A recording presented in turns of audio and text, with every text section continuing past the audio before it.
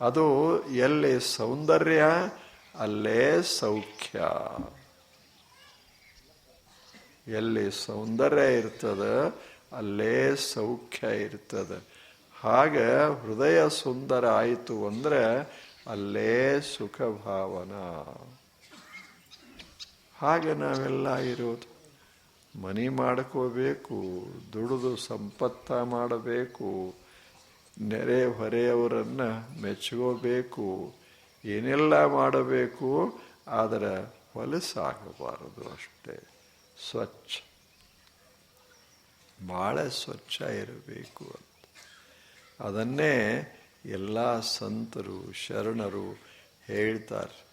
ಬಹಳ ಚಲೋ ಮಾತು ಹೇಳ್ತಾರೆ. ಡಯೋಜನಿಸ್ ಅಂತ ಒಬ್ಬ ಮಹಾನುಭಾವ ಆಗಿ ಹೋದ. ಬಹಳ ಪ್ರಸಿದ್ಧ ಮಹಾನುಭಾವ. ನಮ್ಮಲ್ಲಿ ಸರ್ವಜ್ಞದಾನೆಲ್ಲ ಹಾಂಗೆ ಇವನೂ ಬಟ್ಟೆ ಇಲ್ಲ, ಅವನಿಗೂ ಬಟ್ಟೆ ಇರಲಿಲ್ಲ.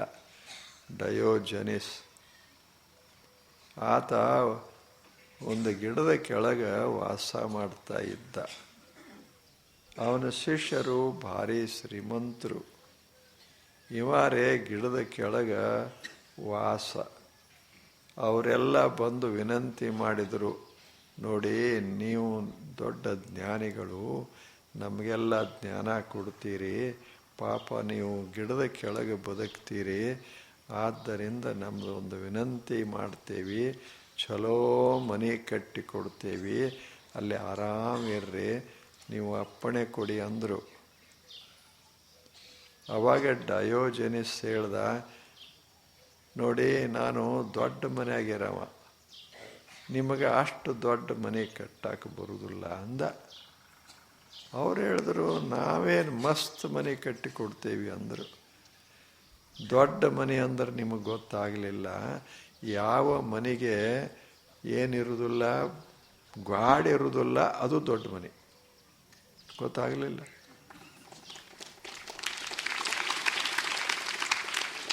ಗಾಡಿರಬಾರದು ಅಂದ್ರದು ದೊಡ್ಡ ಮನೆ. ನಿಮ್ಮ ಎಲ್ಲ ಮನೆಗಳಿಗೆ ಗಾಡಿ ಅದಾವ. ಅದಕ್ಕೆ ನನ್ನ ಮನೆಯಾಗ ನಿಮ್ಮ ಮನೆಗಳೇ ವಿನಃ ನಿಮ್ಮ ಮನೆಯಾಗ ನಾ ಅಲ್ಲ. ನಂದು ಭಾಳ ದೊಡ್ಡ ಮನೆ, ಅದರಾಗ ನಿಮ್ಮ ಒಂದು ಇಟೀಟ್ ಅದ ಒಳಗೆ. ನಮ್ಮದು ಎಷ್ಟು ದೊಡ್ಡದು ಅಂದ. ದೃಷ್ಟಿಕೋನ ಹೇಳಿ, ನೋಡೋ ಭಾವ ಹೇಳಿ. ವಿಶ್ವದಲ್ಲಿ ಇಷ್ಟೆಲ್ಲ ಅದ್ಭುತದ, ಇದು ನನ್ನ ಮನೆ, ಅದಕ್ಕೆ ಇಲ್ಲಿ ಕುಂತೇನಿ ಅಂದ. ಈ ಗಿಡದ ನೆರಳು ಎಷ್ಟು ಚಲೋ ಇಲ್ಲ, ಎಷ್ಟು ಚಲೋ ಅದ. ಸುತ್ತೆಲ್ಲ ಬಿಸಿಲ ಹರವೆ ಅದ, ಎಷ್ಟು ಮಸ್ತ್ ಅದ. ನಿಮ್ಮ ಮನ್ಯಾಗ ಈ ಗಿಡ ಬೆಳಿತಾವೇನು? ನಿಮ್ಮ ಮನ್ಯಾಗ ಸೂರ್ಯ ಒಳಗೆ ಬರ್ತಾನೇನು? ಇಲ್ಲ. ನಮ್ಮದು ಹಂಗಲ್ಲ.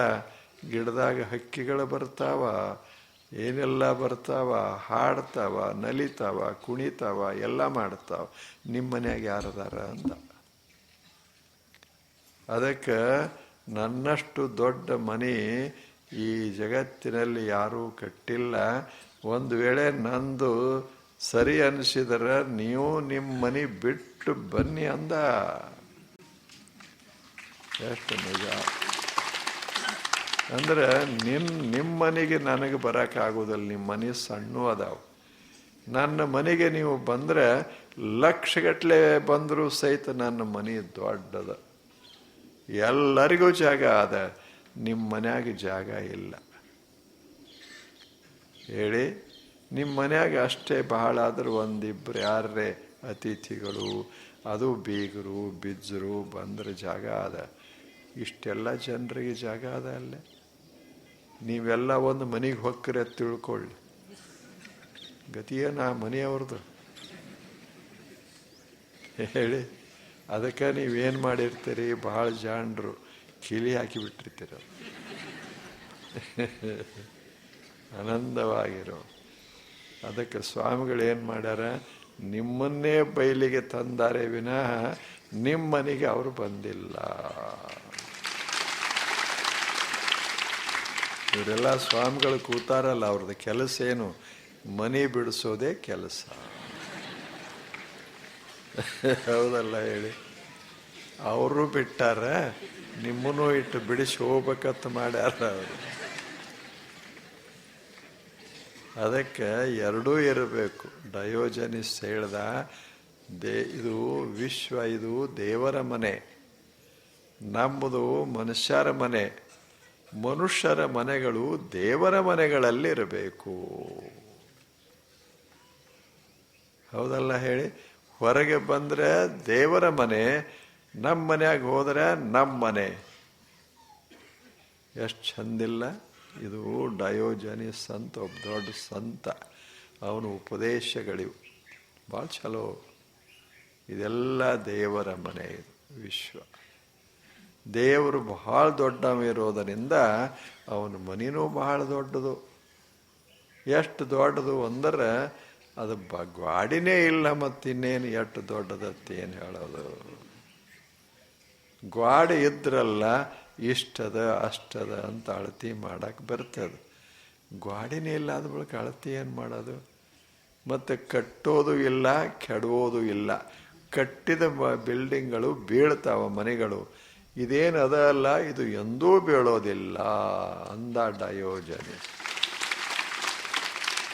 ಅದಕ್ಕೆ ನಾನೊಂದು ವಿನಂತಿ ಮಾಡ್ತೀನಿ ಅಂತ ಅಲ್ಲ, ಅವ ಅಂದ. ಅವ ಹೇಳ್ದ, ನಾನೊಂದು ವಿನಂತಿ ಮಾಡ್ತೇನೆ, ನಿಮ್ಮ ಸಣ್ಣ ಮನ್ಯಾಗ ಬಹಳ ತಕ ಇರಬೇಡ್ರಿ, ಮಲ್ಕೋರಿ, ಉಣ್ರಿ, ತಿನ್ರಿ. ಆದರೆ ದೊಡ್ಡ ಮನ್ಯಾಗ ನೀವು ಬಂದು ಚರಿಸಬೇಕು, ಎಲ್ಲ ಕಡೆ ಕೆಲಸ ಮಾಡಬೇಕು, ದೊಡ್ಡ ಮನೆ ನೋಡಬೇಕು. ಜಗತ್ತಿನಲ್ಲಿ ದೇವರ ಮನೆ ಇದು. ಇದನ್ನೆಲ್ಲ ಕಣ್ತುಂಬ ನೋಡಬೇಕು. ಏನು ಜಗತ್ತು? ಇದನ್ನು ದೇವರು ಕಟ್ಟಿದ. ಏನು ಕಟ್ಟಿ ಎಷ್ಟೆಷ್ಟು ಅದ್ಭುತ ಮಾಡಿದ. ಪಂಖ ಹಚ್ಚಿದ. ನಮ್ಮ ಪಂಖ ಹಂಗಾಗೋದಿಲ್ಲ. ಒಂದು ಈಟ ನಾಲ್ಕಿರ್ತಾವ, ಹೀಗೆ ತಿರ್ಕೋತ ಕುಂತಿರ್ತಾವ. ಇಲ್ಲಿ ಹಂಗಲ್ಲ, ಎಂಥ ಅದ್ಭುತವಾದ ಪಂಖ. ದೀಪಗಳು ಎಂಥದು? ಸೂರ್ಯನಂಥ ದೀಪಗಳು. ಹೌದಲ್ಲ ಹೇಳಿ? ಎಷ್ಟು ಚಂದ. ನಮ್ಮನೆ ನಳದ ನೀರ, ಇಲ್ಲಿ ಮಳೆಯ ನೀರ. ಎಷ್ಟು ಅದ್ಭುತ ಇಲ್ಲೇನು ಹೇಳಿ? ಅದಕ್ಕೆ ಇದು ಡಯೋಜನಿಸನ ತತ್ವಜ್ಞಾನ ಹೇಳ್ತಾ ಇರೋದ್ರಿಂದ. ಎಷ್ಟು ಮಜಾದ ಮನುಷ್ಯನೇ ಈ ಸುಂದರವಾದ ಜಗತ್ತಿನಲ್ಲಿ ಕಣ್ಣು ತೆರೆದು ಆನಂದ ಪಡು. ಕಿವಿಯಿಂದ ಶಬ್ದಗಳನ್ನು ಕೇಳಿ ಸಂತೋಷ ಪಡು. ಕೈಗಳಿಂದ ಒಳ್ಳೆ ಕೆಲಸ ಮಾಡಿ ಸಂತೋಷ ಪಡು. ಸ್ವಚ್ಛ, ಇದೇ ಧರ್ಮ. ಸ್ವಚ್ಛತಾ ಅಂತೇನು ಕರಿತೇವಿ, ಅದೇ ಧರ್ಮ. ಈಗ ನೀವು ಎಷ್ಟು ಸ್ವಚ್ಛಾಗಿ ಬಂದಿರಿ ಅಂತ ಚಲೋ ಅದ.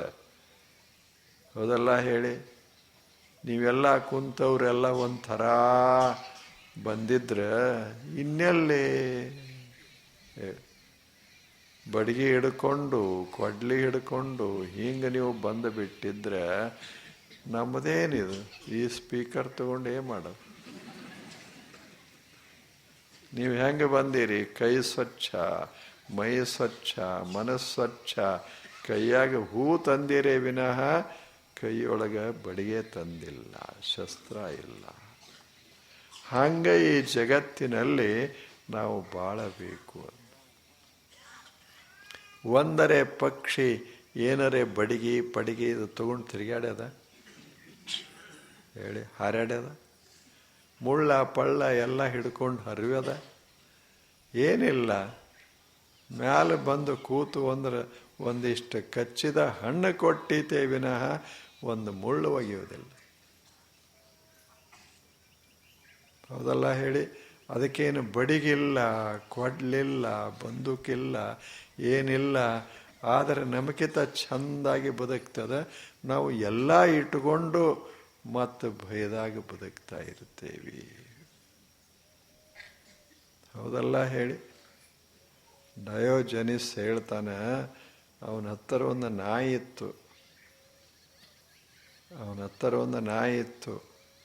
ಆ ನಾಯಿ ಅವನ ಕೂಡನೇ ಇರ್ತಿತ್ತು. ಅವ ಹೇಳ್ದ, ನನ್ನ ನಾಯಿ ಅದಲ್ಲ, ಇದು ಎಷ್ಟು ಆರಾಮದ. ಯಾಕೆ? ಅದರ ಹೆಸರಲ್ಲೇ ಒಂದು ದುಡ್ಡು ಎಲ್ಲಿಲ್ಲ, ತನ್ನದೇ ಅಂತ ಮನಿ ಅದಕ್ಕಿಲ್ಲ, ತನ್ನದೇ ಅಂತ ಬಂಧು ಬಾಂಧವರಿಲ್ಲ, ಎಲ್ಲ ಮಸ್ತಾಗಿ ಆನಂದವಾಗಿ ಅದ. ಅದಕ್ಕೆ ನನ್ನ ಹತ್ತಿರ ಇಟ್ಕೊಂಡೇನೆ ಅದನ್ನು. ಅದೇ ನನ್ನ ಗೆಳೆಯ. ಅವಾಗ ಅವರ ಶಿಷ್ಯ ಅಂದ, ನಾವು ಅಲ್ಲೇನು ನನ್ನ ಬಿಟ್ಟು ಅದು ಹೋಗುವುದಿಲ್ಲ, ನೀವು ನಾನು ಬಿಟ್ಟವರ ಹೋಗಿಬಿಡ್ತೀರಿ ಹೇಳಿ. ಇನ್ನೊಂದು 10 ನಿಮಿಷ ಕುಂಡಿರ್ತೀರಿ, ಹೋಗಿಬಿಡ್ತೀರಿ. ನಮ್ಮದು ನಾಯಿ ಹಂಗಲ್ಲ. ಏನಿಲ್ಲ, ಏನೂ ನಿರೀಕ್ಷೆ ಮಾಡೋದಿಲ್ಲ. ನನ್ನ ಕೂಡ ಆರಾಮಾಗಿ ನಾ ಕೂತ್ರೆ ಕುಂತಿರ್ತದೆ, ನಾ ನಡೆದಿರ್ತದೆ. ಅವ ನಮ್ಮ ಗೆಳೆಯ ಅಂದ, ಹೀ ಈಸ್ ಮೈ ಫ್ರೆಂಡ್. ಚಲೋ ಇಲ್ಲ ಇದು? ಹೀ ಈಸ್ ಮೈ ಫ್ರೆಂಡ್ ಅಂತ. ಅವನೇ ನನ್ನ ಗೆಳೆಯ. ನಾವು ಅಲ್ಲೇನು ಅಂದರು ಶಿಷ್ಯರು, ನೀವು ಹೌದು ಆದರೆ ಇದರಂಥ ಗೆಳೆಯರು ಕಷ್ಟದ. ನೀವು ಬಂದು ಹೋಗೋ ಗೆಳೆಯರು, ಇದು ಕಾಯಮಿರೋ ಗೆಳೆಯ. ಮಜಾ ಇಲ್ಲ ಜೀವನ. ಅದರ ಅರ್ಥ ಮತ್ತದ, ನಾಯಿ ತಗೊಂಬಂದಿರಿ ಮತ್ತೆ ನಾಳೆ ಇದೇನೋ ಬೇರೆ ಕಾಣ್ತದ ಅಂತ ಹೇಳೋದು. ಧರ್ಮ ಅಂದ್ರೆ ನಾಯಿ ತಗೊಂಡು ತಿರುಗಾಡೋದು. ಹಿಂಗಾಗಬಾರ್ದು. ನಕ್ಕೋತ ಇರ್ರಿ. ಸ್ವಲ್ಪ ಕಾಲ ಒಳಗೆ, ಸ್ವಲ್ಪ ಕಾಲ ವಿಶಾಲವಾದ ದೇವರ ಮನೆಯೊಳಗೆ. ಅಷ್ಟ ಎತ್ತು ಅಂದರೆ ಸುಂದರವಾದ ಜೀವನ, ಸುಂದರವಾದ ಧರ್ಮ. ಹೌದಲ್ಲ ಹೇಳಿ? ಸಂತರು ಮಹಾತ್ಮರು ಮಾಡಿದ್ದೇನು? ಏನಿಲ್ಲ, ಬರೀ ಇಷ್ಟ ಮಾಡಿದ್ರು.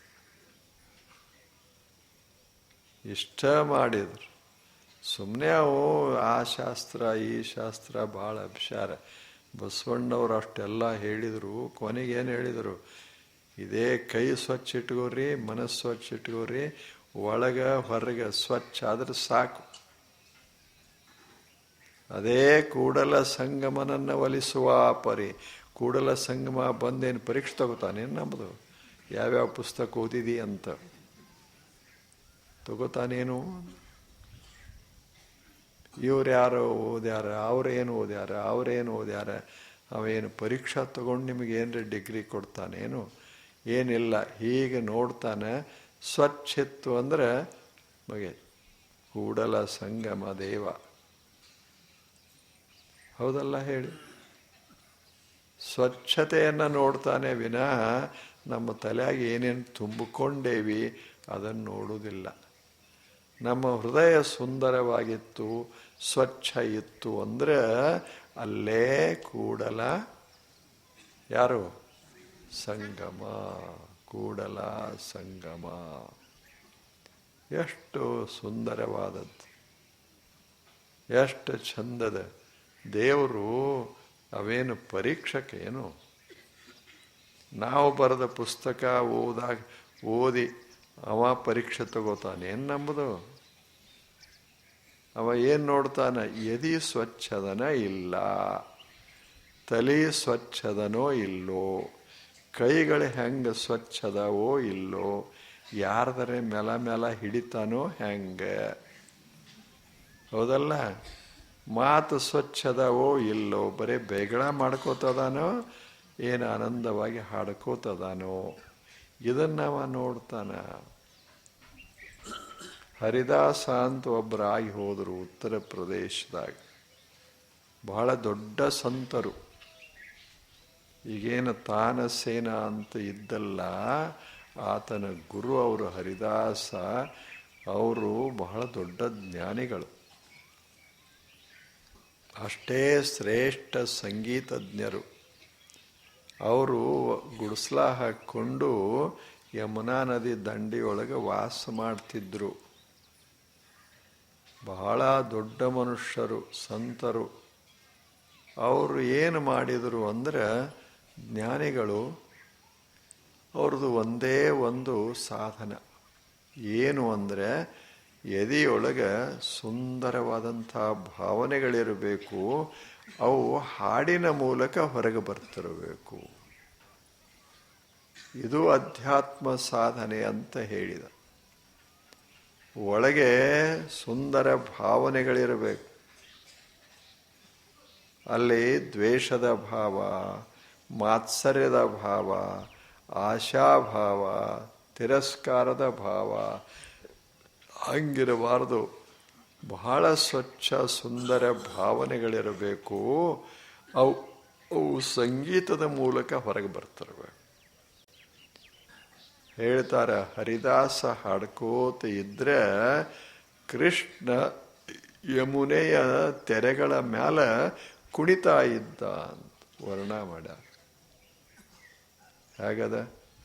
ನಮ್ಮದ ಕೇಳಿದ್ರೆ ಅವ ಮುಳುಗುತ್ತಾ ಇದ್ದ. ಎಷ್ಟು ಕೃಷ್ಣ ಕುಣಿತಾ ಇದ್ದ ಹಂಗ ಹಾಡ್ತಿದ್ದ ಹರಿದಾಸ್.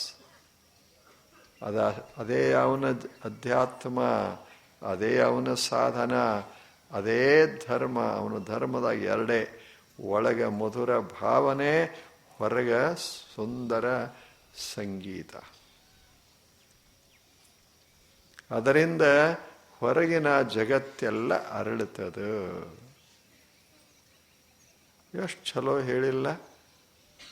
ಅಷ್ಟು ಸುಂದರ ಸುಂದರವಾದ ಮಾತುಗಳನ್ನು ಆಡಿದರು, ಅಂಥ ಜೀವನ ಸಾಗಿಸಿದರು ಭಾರತೀಯ ಶ್ರೇಷ್ಠ ಜ್ಞಾನಿಗಳು, ಸಂತರು, ಶರಣರು. ಎಷ್ಟು ಹಾಡ್ಕೋತ ಹಾಡ್ಕೋತ ಹಾಡ್ಕೋತ.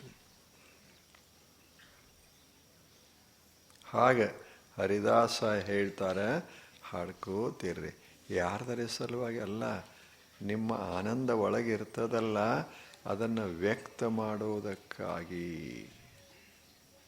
ಹಂಗೆ ಆನಂದವಾಗಿರಬೇಕದ. ಈಗ ಹೂಗಳು ಬರ್ತಾವಲ್ಲ, ಎದಕ್ಕೆ ಬರ್ತಾವೋ? ಆ ಬಳ್ಳಿಯೊಳಗಿರುವ ಆನಂದವೇ ಹೂವಿನ ಸೌಂದರ್ಯವಾಗಿ ಹೊರಗೆ ಬರ್ತದ.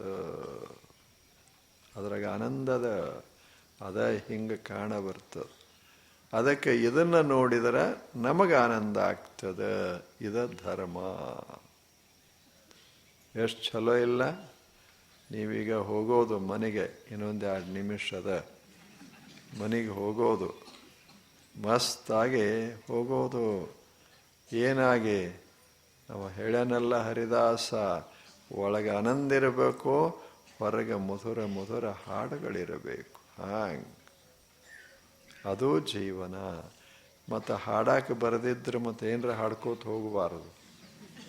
ಅವ ಏನು ಹೇಳ್ತಾನ, ನಿಮ್ಮ ಮಾತು, ನಿಮ್ಮ ಭಾಷೆಯಲ್ಲಿ ಸಂತೋಷ ಇರಬೇಕು, ಸೌಂದರ್ಯ ಇರಬೇಕು.